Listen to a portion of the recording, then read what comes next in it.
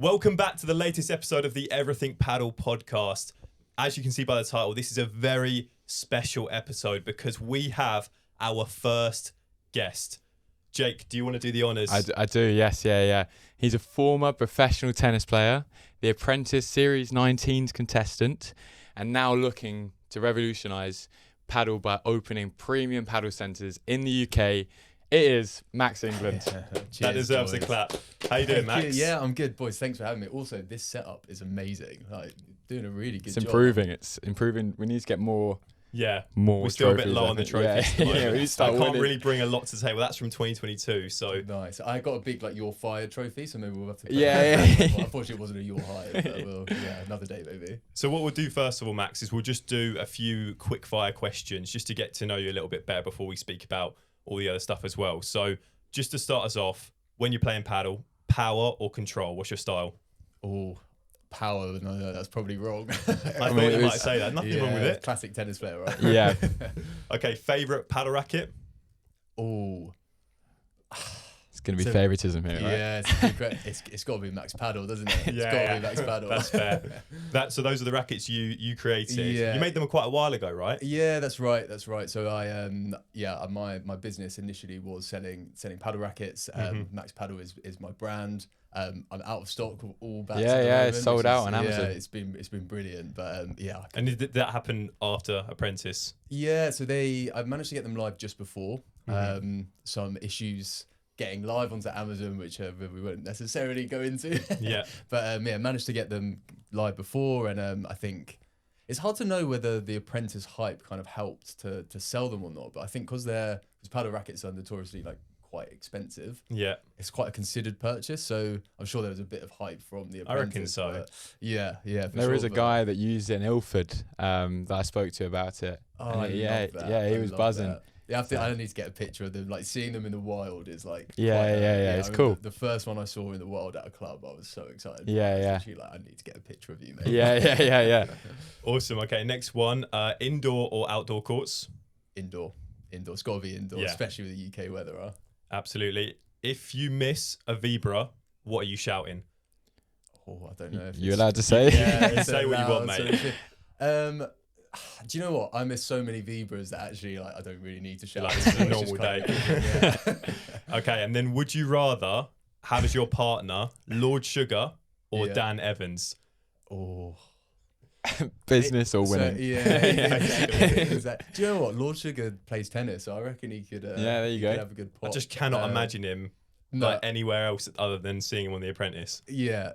Imagine him in a full paddle kit. Yeah. Yeah, it'd be interesting. I'm competitive, so I'm going to pick Dan Evans. Yeah, So yeah, I reckon he could get us the win, probably more than Lord Sugar. He was 80 something now. Yeah. You would maybe hope so. not. So we mentioned The Apprentice a few times. I think a lot of the people watching this will know about it, but some people won't. And we do have quite a few viewers out in Europe, Netherlands, Sweden that probably aren't going to have a clue. So did you want to just explain, you speak to that camera there and speak to us as well, a bit about what The Apprentice is and what you did over the last sort of couple of months? Yeah, absolutely. So it's a show here in the UK, a BBC show, a business show. So there's 18 candidates. I was one of the 18. And essentially we're pitching our business plans and our ideas to Lord Sugar, who is a entrepreneur, serial entrepreneur, famous for being the business icon that he is. Yeah. And then the end goal and the winner gets a £250,000 investment for 50% of their business. So I was on the show this year. It was a fantastic experience, really challenging and really kind of pushed me out of my comfort zone. Yeah. But overall, really net positive. I didn't quite get to the end of the process, so I got to week 9 when I was fired. It's probably the other thing for anyone who hasn't seen the show. The "you're fired" thing is quite a... That's the iconic bit on The Apprentice. Yeah, when you've got this pointing finger at you saying, "You're fired." Yeah. And it's quite an intense thing to have happen to you, but also quite a cool thing to have happen, right? How many people can say they've been fired by Lord Sugar? Yeah. But Surely at that point you want to just burst out laughing though.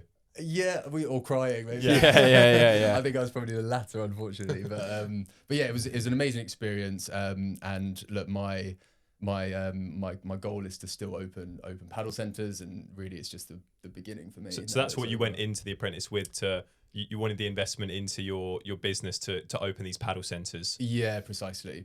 So I think Padel is booming in the UK, as you guys will know all too well. But really, we're just at the start of the journey. We're right at, you know, UK is in its infancy as a market, and it shows, like, you know, we filmed The Apprentice almost to the day this time last year we started filming. Right. Wow. And the amount of courts in the UK has over doubled now, right? Yeah, so, yeah. that's going to continue if you look at the likes of Spain and Sweden. And yeah, I'm looking to put my stamp on the UK paddle market.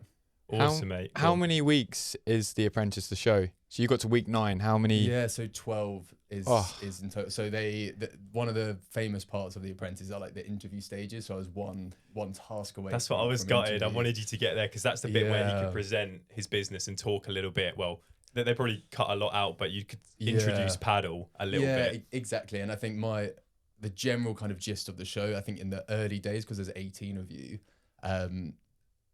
it's less about your business plan and your business. It's more about how you perform on the tasks. And then I think for me personally, it's quite noticeable from, say, like week 5 or 6 that your business kind of had a bit more weighting into whether you kind of got fired or not. Right. Okay. But yeah, amazing experience. Yeah. So a couple questions about being on the show.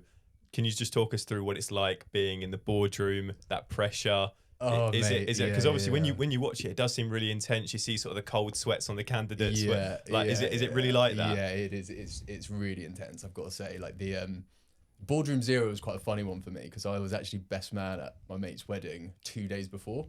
I was really hungover. It was my second day. It was the second day, and I'm getting a bit older now, so like hangovers are not just the one day sort of thing. I remember just waking up in the morning being like, I can't believe this is happening. I'm about to go and have like one of the most intense experiences in the boardroom, and I don't feel like 100%. Yeah. But yeah, like it is as intense as you see. Like that boardroom 0 is quite a good one to zone in on because you've never... Sorry, boardroom 0. So before week 1 and the task 1 is announced. Like the intro. Yeah, okay, So it's the first time that you're kind of meeting Lord Sugar, Karen Brady, and Tim, and also meeting the other candidates. So, you know, when they film you walking into that kind of holding room outside of the boardroom, that is legitimately the first time you're seeing everyone, and you're kind of... Everyone looks really nervous. There's a lot of nervous laughter. I remember from watching it. Yeah, exactly. And it's intense. And then, you know, I think I was fortunate. I won quite a lot of tasks, but I also did lose a few tasks along the way. And I think you kind of know when you're going into the boardroom whether you're safe or not, like whether you've done enough to survive that week. And, you know, you also have a sense as to whether you've won or lost the task. But if you've lost the task, you do know if you're going to be in the firing line. And I think for me, one of the intense, you know, the intensity ramps up as you go through because, as I said, week 9, I project managed on that task. And at that kind of stage, if you lose that task and you're sat in the project management seat, you know, like you got your work cut out basically. Did you think that was going to be the end at that point? Yeah, I thought we'd done it. We might have done enough to win the task. Like the reality is, you know, there were 4 people on the team. We had a really good day and we had a really good crack at the TV selling part. We just didn't quite go over the line. I think it was only a couple of £100 or so. So that equates to maybe one more sale on live. So very unlucky. I thought there was justification for me to stay. And I think candidly, there was probably justification to fire any of the 4 of us. It just kind of happened to be me. But yeah, I can live with that. You know, I think for me, it's good effort. Yeah. And you know, I think it would just, one of the things I'm most proud of, I was very much myself the whole way through. And, nice.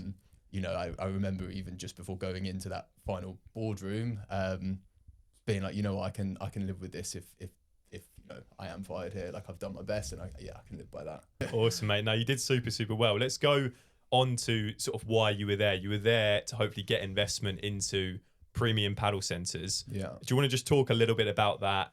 You still working on that now, even out of the show? Yeah, absolutely. It's really busy for me actually, almost more so than when the Apprentice was being aired. Yeah. So I've obviously known that my fate was week 9 for some time, but haven't been able to say anything about it. So at the moment, you know, I'm in really good discussions about with potential investors, getting quite close to finally getting that part over the line. So really now my attention is on land. So I think when Planning permission, stuff like that. yeah, precisely. So need to find space, need to find suitable land. I think the model that I'm looking to roll out is a canopied model, similar to say like almost like a rocket paddle Ilford, the outside sort of parts of it. Okay.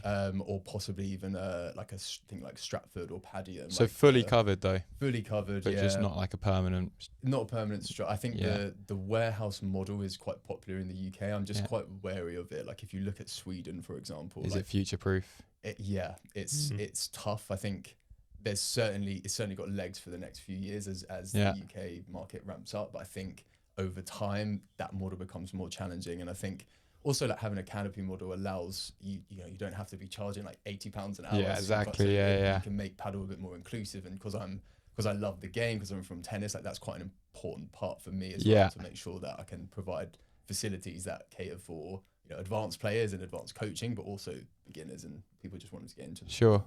It said a little bit online that you wanted to focus a little bit on the coaching side of things. Were there other elements as well? You think, is there any other clubs you're seeing there's something missing that you want to add to your centres? What do you think you'll do maybe differently with your places? Yeah, I think in the early stages, the biggest challenge we have in the UK is that supply is just not meeting the demand, right? Mm-hmm. Like I often compare like trying to book courts at the moment to like trying to get tickets for Glastonbury. Like people are literally up at midnight the week before. It's ridiculous. And you know, and the amount of times I've gone on and then it's kind of like I've put my card details in and then I've lost the court, right? Yeah. So it is mad how under indexed we are as a nation on paddle court. So I think for that reason we'll continue to see all of these like fantastic facilities pop up, like Rocket Paddle, a great one, right? They've got their new centre opening in Beckton. That's the one. Yeah. Later next month, right? So, it should be May, I think. Yeah. And again, April.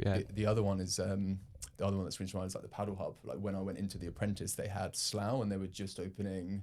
I think they had Slough and North London, and then they were just opening Crawley, and now they've got two more. Right? Yeah, Reading as well. Yeah. So that's the biggest challenge at the moment, and I think whilst that is the case, like that saturation point, we're probably still quite a way from getting to. So for me, look, I'm trying to open a centre as quickly as possible. Yeah. Right? So it's to help service that demand in the first instance. But you know, if you look at, I mean, you boys will know all too well from a coaching standpoint that we don't really have anything robust at grassroots level, and not at all. Precisely. And you know, if I look at a lot of I'm generalizing massively here, but a lot of coaches that I see in the UK are ex-tennis players who are like, right, well, we'll do a bit of paddle, and they haven't gone through, you know, the robust kind of education process, which is quite, and you know, and that's fine for now because nobody really knows what paddle is. But it's a very sore subject for me. That I can imagine. I can imagine. But yeah, look, like what I'd be looking to do is bring in people who know what they're doing, and I think the other kind of element that I see for paddle is I think eventually it will get very, very similar to like the way tennis clubs and tennis centres are run in the UK, in that, you know, we've got international high performance centres that cater for people looking to go to the higher levels of the game. You've got clubs for people that just want to play paddle and have a pint, or like there's various different kind of niches, and until we get to that saturation point, we're still away from that kind of being what paddle centres are and what, you know, people having that choice. So would that be your business model to build multiple, or is it more just one, see how it goes and see from there? Long term I'd like multiple. In the short term, getting one over the line is the biggest challenge. But yeah, multiple is kind of what I'd be wanting to shoot for in the long term, really. Nice. You was a professional tennis player before.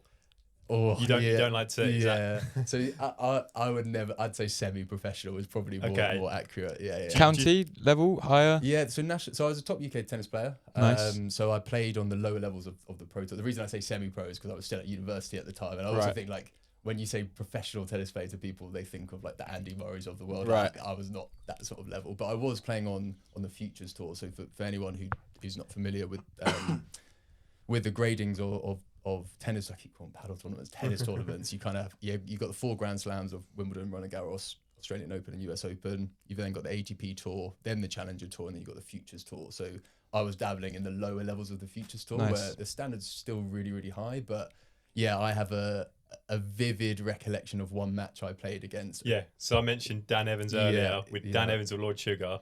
Do you want to explain that game? Yeah, So you played Dan Evans, right? Yeah, I did. So I played him at a Futures event. Like backed myself at the time. I was playing really well.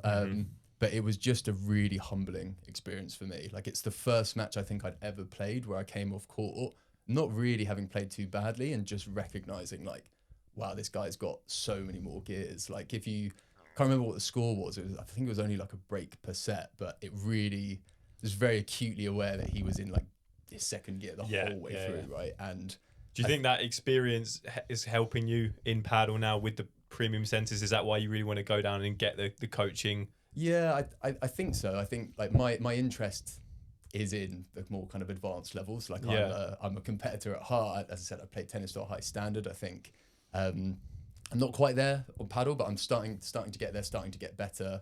But yeah, like for me, that is an element that I'd like to see us as a nation get more heavily involved with. I know that we've made big strides, and there are improvements. But again, like the more centers we have, the better coaching, the more kind of structure and that we have in place across the nation. I think we're only going to see that get better, and I'd love to be involved in that. But absolutely, the bulk of paddle at the moment is, or the biggest challenge is, getting enough courts out there so people can experience this brilliant sport.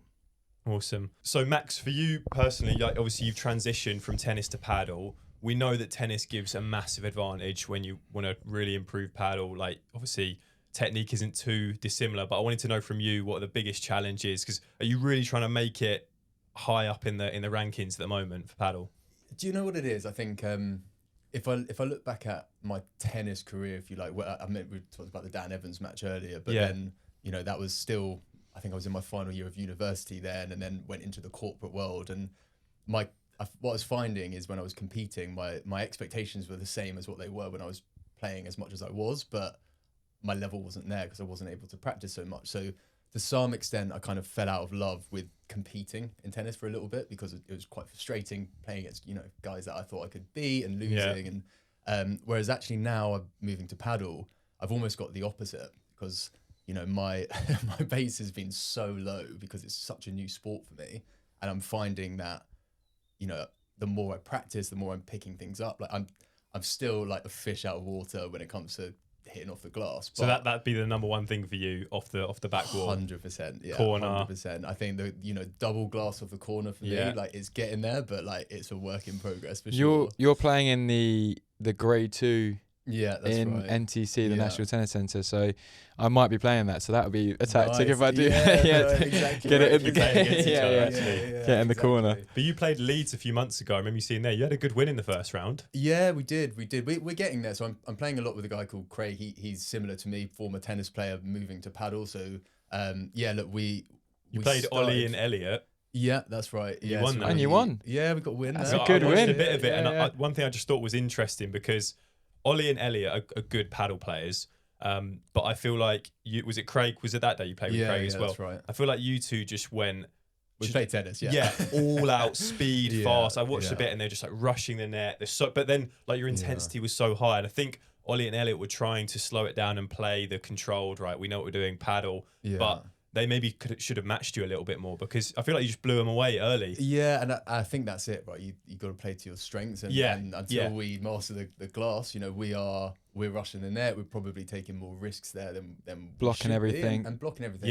Just I think both of us back our hand skills and our volleys from tennis. So for us, it's let's until we learn the glass, we're going to carry on. But honestly, like we're seeing it so much in like the lower levels of Premier Padel. Like these two Swedish guys who are like now almost top 100, and they can obviously use the glass to a very high level, but compared to like the Spanish guys, they're nowhere near level, but they just literally block everything, come in, volley, like hand skills, reliant, smash. And it's like, and we're seeing it in the UK now, like a lot of the top guys are all from tennis. Like they're literally all you from still tennis. need those skills, that the really good hands, the blocking before the back glass. Like you need to keep hold of them, and then if you add the glass on top of that, then your level goes. It's like almost you don't need it as well. Like at some points, no, you definitely do. If anyone watched me, you'd see when you you find that glass, I'm in trouble. Yeah. If you come up against two kind of paddle players that have been playing for a long time, but aren't competitive as you in tournaments, I back you to beat Yeah. them because you're just more competitive. You're more intense. You you were saying like. I saw you celebrating after every point, and when they won a point, they were kind of like, right, yeah, we're the paddle players, we should do that. Whereas you were just gassed and just all that intensity. Do you know what I think? I think that's the other thing when we kind of talk about what you can bring over from tennis. You know, it's years of competing, right? And it's a different sport, but being in those clutch moments, being at 30 all, massive, and knowing how to play and back in yourself, like it's the same in paddle, right? I'm a competitor at heart, and so you think that mentality as well, that's definitely helped from tennis experience? Yeah, I think so. Like just knowing, you know, if you're getting nervous before a point, like knowing what coping strategies work for you to calm yourself down, or what routines you need to kind of reset if things aren't going well. I think that's all kind of developed from years and years of playing tennis. I think for me, we mentioned the glass, but the other one is, you know, the overhead. In tennis, you're just hitting one type of overhead, and in paddle, you're hitting all sorts. So, you know, hitting vibras, hitting bandejas, like that's all very different for me. It's quite a transition from hitting my overhead at the top as high as you can to suddenly letting the ball drop and be kind of shoulder height. So that would be another element. I'm sure you found this when you teach quite a lot of tennis players as well. Yeah, loads. Trying to get them to let the ball drop. Yeah, and I'm sure you have like. I've seen some clips of you doing it. I'm sure you have adapted well. Like I can imagine, because a lot of the higher level tennis players, like you ask them to do something, and most likely they do it straight away after kind of like three tips, and it's like I guess it's the confidence of it though, because it's years of again hitting the smash kind of one way to suddenly being like, well, I need to let it drop. So I when I first started playing paddle, I was missing so many. I'm still missing a lot of overheads, but I was missing so many because I was kind of letting the ball drop too much. Then coming through it, and it's like gliding out glass. Whereas now, you know, the advice is kind of being, well, just hit it like an extreme slice serve and just maybe like let it try and hit it further away from you. That seems to have like helped me. Literally, it's just, and it works so well. Like, it does work so well. But all those, like going back to just a lot of ball striking as well, like going back to those clutch moments from all those years that you've been training and just hitting balls compared to these guys who've been playing paddle for years, but playing one match a week or two matches a week doesn't compare to how many times you just hit a ball. You know, in those clutch moments, you just hit so much, and it makes such a difference. And that's what I'm noticing, the difference between like for example, your good friend Nick Hatchett. I was going to bring that up. You train a lot with him. Yeah. So he's actually one of the reasons and again, a lot of tennis players from our tennis era, if you like, have started playing paddle now. So he's on the GB team with you, isn't he? Yeah, so he's just relentless. Just like can strike the ball well almost every time. Irritatingly so. And it's like you might be able to, you know, at some points out kind of playing with some talent, but at the end of the day, he's hitting, you know, 20 shots in the middle of his racket more than I am. So it's like his timing is really good. Yeah, and that's what I've found like against, because I've never played tennis, and noticing that it's like one point I feel like I'm on top, and then you know they're for the next 10 points they're just the same as what they were that first point. I've been quite lucky with Nick, to be honest, because you know he's been very good at spending the time to play down several levels to kind of teach us the ropes, if you like, and it's, you know, you need to be playing up as well as playing at the same level. I think maybe even more so with paddle, because in tennis you got a get out of jail free card with like an ace or like a big forehand. My tennis game was very much big serve, big forehand. We have that in paddle, so actually like playing down is like for me at my kind of level has been almost just as challenging as trying to play up, because you know you don't have the weapons at your. You just got to out rally them, don't you? It's frustrating that you can't just kill them in one shot. Like when you're hitting the vibras like I am into the fence, like all of a sudden you're like a breakdown. You're thinking, oh no, this isn't. This isn't going too well. Has Nick done a lot of coaching with you, or has he just played lots of matches? He's played lots of matches, and then it's more just like tactical bits and pieces, like shot selection. Like I think when. Again, the natural tendency as a tennis player coming to paddle is to hit the ball as hard as you can every single time, and you know when everyone's at the net, the tendency is to rush and try and hit rather than to play low to their feet and be a bit more patient. So he's been pretty good at quite cutthroat, saying, well, why have you done that? Why have you done that? There was a funny video. I was literally about to bring this up. I was thinking we each week on the podcast we react to a few clips that people send in. But you actually have a few clips as well. Is there one with you and Nick? Isn't there? I want to there find is. it. I Is it know recent? Is it exactly recent? what clip. I think it's a bit more recent. There we go. All right, here we go then. Here's the clip then, Max. This is the one we wanted to find. So this is you serving.